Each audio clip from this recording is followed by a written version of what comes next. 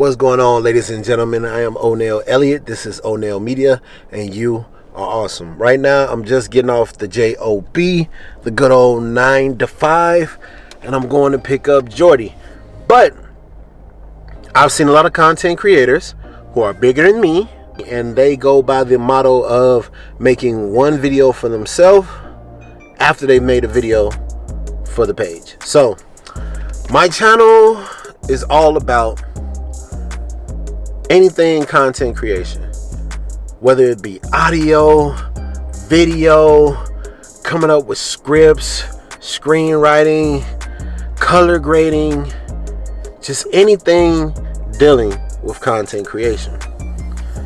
But today I'm gonna do one for me after I did one for you guys. So I did a review the GoPro Hero 10. So now this one is for me. This video right here is gonna be about 5 things that I wish I had known when I got into YouTube and how that affected the way that I ran my page. Hopefully you could get some good tidbits, little nuggets of information from this. And I'm going to start off with what I believe is the most important one, because for the longest it just bothered me that I felt alone. So the very first thing that I want to tell you guys is, please, pretty please, with cherries on top, whipped cream, all that, strawberry drizzle, chocolate drizzle, caramel drizzle, please be okay with being alone. Being a content creator is a very, very lonely process. If you have a team to work with, that is amazing. But when you're making content for consumption and you're constantly putting things together, you are going to spend so much time inside of your mind. If you are not okay with being alone with yourself, you're gonna have a problem. Like right now, I'm on my way to get my kid, but yeah, it's just me and you guys. And by you guys, I mean basically this camera that I'm staring at, because I'm sitting here talking to myself until I actually edit the video and put it out. I'm by myself. And that is why when you start off, it is important to take care of issue number 2. I'll give you guys 2 for 1 special. I'm not even gonna change the scenery. Ain't I a special guy? But the second thing is, you're always going to want to comment and speak to the people that are commenting on your video. Reason I say that is because, one, you spend a lot of time by yourself, all right? You spend a lot of time sitting in front of a computer researching, out in the field shooting, and being with a client or being with someone who is helping you create some may not necessarily be a person-to-person interaction. You spend a lot of time without interacting with people that, number one, when somebody comments on your video, that's might be your only interaction for the day, honestly, if you're just on the grind. And in the beginning, you have to be on the grind. Secondly, that helps your channel grow. People get more familiar with you. You're talking back and forth. You're building a rapport that's helping people to subscribe to your channel. Right now, all of my subscribers that actually comment and are active are from the past year when I've really been on my YouTube grind. I don't think, like, I legitimately had 200 subscribers from nowhere when I wasn't really grinding on YouTube. I don't know how I got those subscribers. Like, maybe not 200, maybe like 50. Like, seriously, this past year has been really good to me. Really, really good to me. And I haven't even hit 1,000 subscribers yet. And that's going to lead me into number 3, why I don't have 1,000 subscribers yet. And it actually has nothing to do with algorithms or anything of that nature. It is actually all on me. But let's get ready to get up out of here and go get Jordan. I'll see you guys in a second.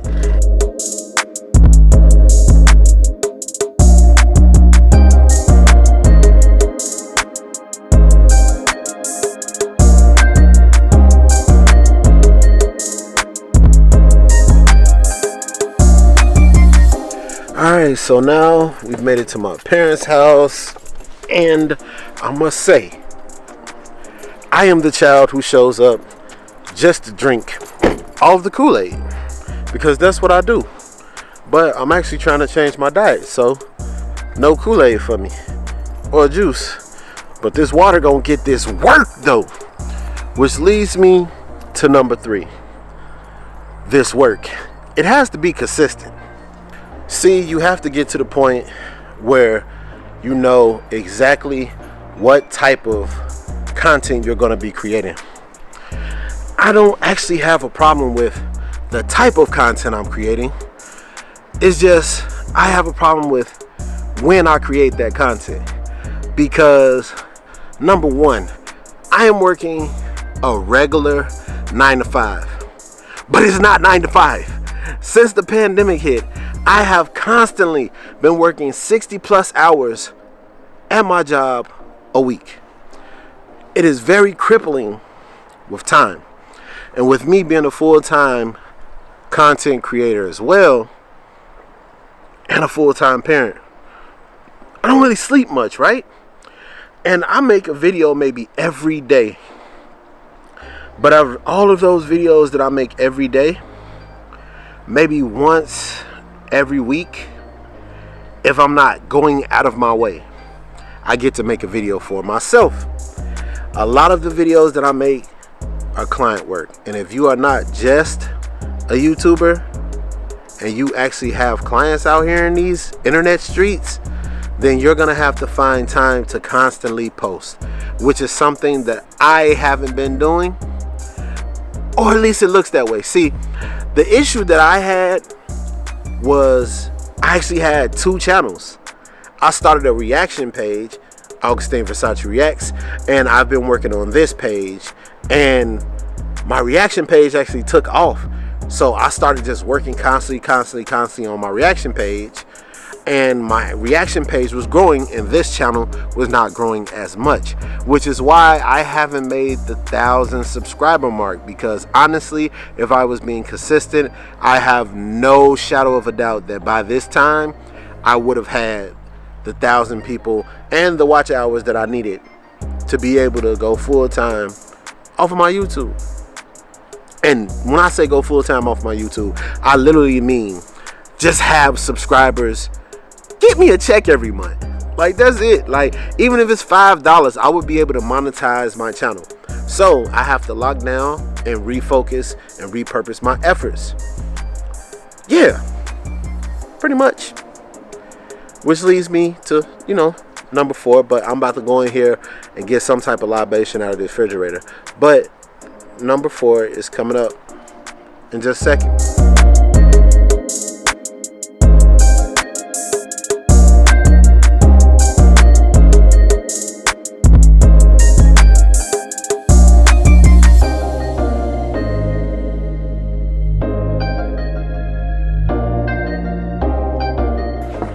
Okay, so there's Kool-Aid, and I want some really bad, but can't have no Kool-Aid to this weekend. I also see grapes, so I'm gonna take some of the grapes, alright? Can't have any of this bad Kool-Aid. Bad Kool-Aid. But grapes, I can do.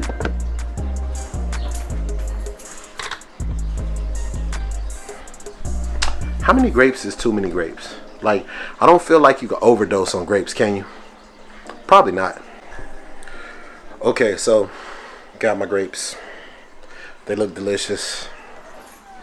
Number 4, having a niche is kind of awesome, honestly, but people don't broaden their niches enough for me. I'll explain. Okay, so having a niche is a very good thing, but when your niche isn't broad enough to include everything that you should be talking about, there's an issue. Case in point, if you're gonna have a niche, almost fell. Nice views though, nice views. If you're gonna have a niche and talk about one thing, try to broaden it up. Case in point, if you're gonna talk about just cameras, try your best to talk about all cameras. That is going to widen your audience, and you are still niching down by talking about cameras, But you are opening up your audience so you can have more people that can find you.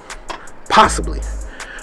Niching down and having a very tight niche can also benefit you, but you have to figure out exactly who you are as a person and what your voice is. Case in point, my man's name is Jason Vong. Jason Vong only deals with Sony cameras, but he doesn't do one Sony camera. He does all Sony cameras. So when you go to Jason Vong's channel, you already know that you are going to be seeing some type of camera for Sony. And the way that Sony's been putting out cameras lately at such an amazing pace, I can only imagine that he's growing exponentially, because he's the guy to come see for the Sony lens, for the Sony camera, and just general content creation with Sony cameras. Me, myself, and I'm thinking about doubling down and actually being mainly the Sony FX3 guy. The reason I say that is because I am shooting on a Sony FX3 right now, and by golly, it is the funnest thing ever. I use this entirely too much. I use the FX3 for TikTok content. Seriously, TikTok content. Overkill, I know, but I love doing it.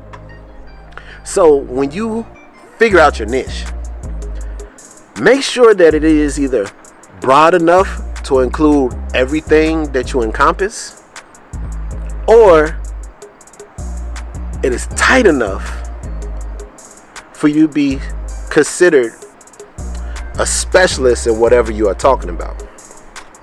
Now, I'll use an example, okay? If you go to a car garage and you need your car fixed, if you have a domestic vehicle, you probably wouldn't mind going to a general car place, right? So you're going to go in there and they work on all types of cars, and really your car isn't all that expensive, so okay, I'm going to just get the work done here. I'm sure they could do it. Doesn't really need to be anything special done, right? That is what I would say the lower end APS-C and the point and shoot cameras are. Those are general. You can actually do a lot with those, and they're kind of mini jack of all trades at this point. But you could go to a channel at any time. Anybody who's constantly using those lower end cameras are constantly reviewing different cameras. They're reviewing phones, they're reviewing cameras, they're reviewing point and shoots, they're reviewing APS-C. Actually with the A7 III, no, not the A7 III, I'm sorry, the A7C and the Sony, not the Sony, but the Canon original EOS R, yeah, you're starting to get full frame up in there. So those guys are jack of all trades somewhat. But when it comes to the higher end cameras, like right now, I have the FX3. I have the FX3 because I couldn't find the FX6. So hard to get one, okay? Chip shortage and all that.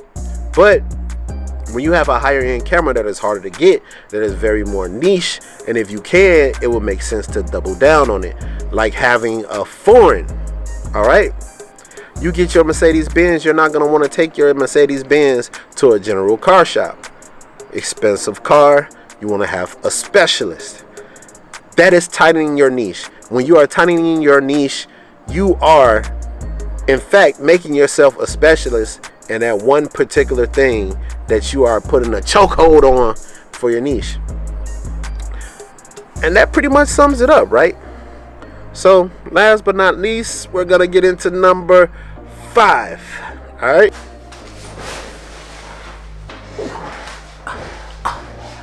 Yeah, so number 5, last but not least, just do it, man.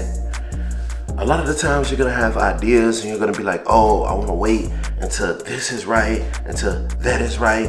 And no, just do it. See, the thing is, repetition helps when you're trying to build a skill. That's just the way that the brain works. With human beings, nobody gets it right on the first try. You constantly doing it over and over and over again and not actually completing it is not actually helping you to grow. See, The statistics, I don't know where these statistics come from. All right. But listen, the statistics will tell you that more likely than not, you're going to have to make some bad videos in order to make some good ones. You have to build up those skills. If you are not doing what you set your mind to, then you are not building those skills needed to actually create what you're trying to create. If there's a certain transition that you want to make, constantly going over and over and over again on that transition is not going to help you. Actually making something, using the transition, failing, and then coming back and making it again will help you more so than just constantly picking and being meticulous over nothing. Because I myself too find myself in a position that I don't post as much as I probably should because I don't know if this is gonna look right. But you're always gonna be your toughest critic. And honestly, the most successful video that I've done so far, I literally got off of work, took my daughter to after school, ran outside to the park, shot it in like 2 hours, ran back, picked up my daughter, edited it the next day, and posted it. I had no expectations for this video whatsoever, and it's sitting at like 12,000 views. So if you want to check that out, that's my video on how to shoot a music video by yourself. Up there somewhere in a space, can't remember. But yeah, man, just make sure that you go ahead and go through with that idea. And the next time that you come back, you'll have more ideas of what you could do to improve that idea.